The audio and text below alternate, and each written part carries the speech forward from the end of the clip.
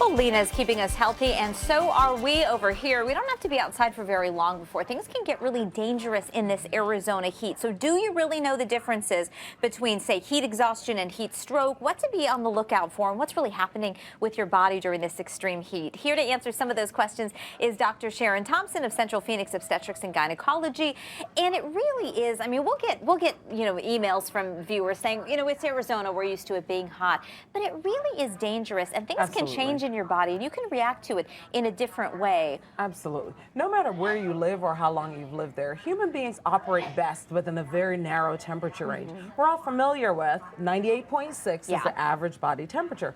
And when the body temperature rises too much beyond that, problems can arise. Okay. And so we definitely want to make sure that we're staying well, and the important thing is not what you feel on the outside, it's where your temperature is on the inside. Okay. So you want to give your body conditions that you can maintain that 98.6. Okay, so what should we be doing? So when temperatures start to climb into the 100, 110s, no matter how long you've lived here, we all need to be paying attention to the same things.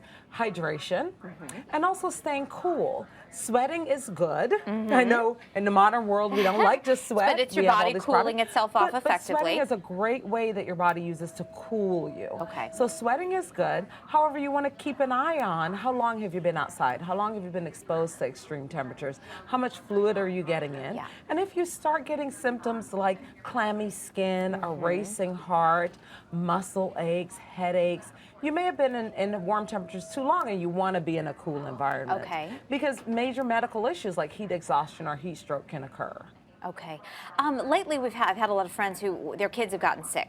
It seems like a flu bug or something, stomach. But they're curious. Could it be the effects of dehydration? They're going off to a camp all day. They're not responsible enough to maybe remind themselves to be drinking the fluids that they need throughout the day. So how can you kind of avoid that or prevent that from happening ahead of time? Sure.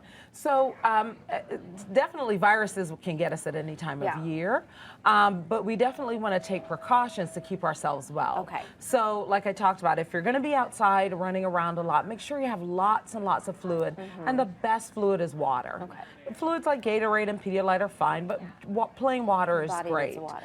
Limit your amount of time in extreme heat, because that's the best way to stay away from heat exhaustion or heat stroke. So you don't want to be outside for 3 hours at a time with no time to cool down. So plan cool down times if you have to be out of doors. And then watch for symptoms. Okay. So symptoms like nausea, headache, racing heartbeat, it's time to say, come inside, let's cool down.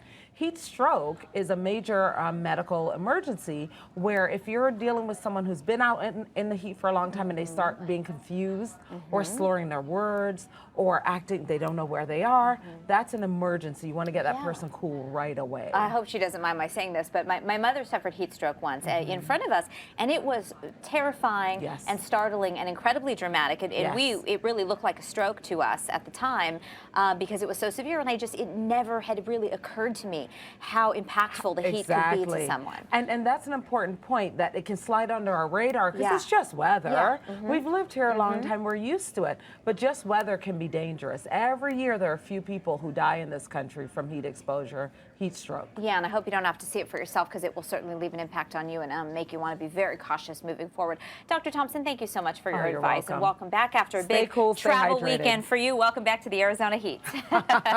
We'll head on into the studio.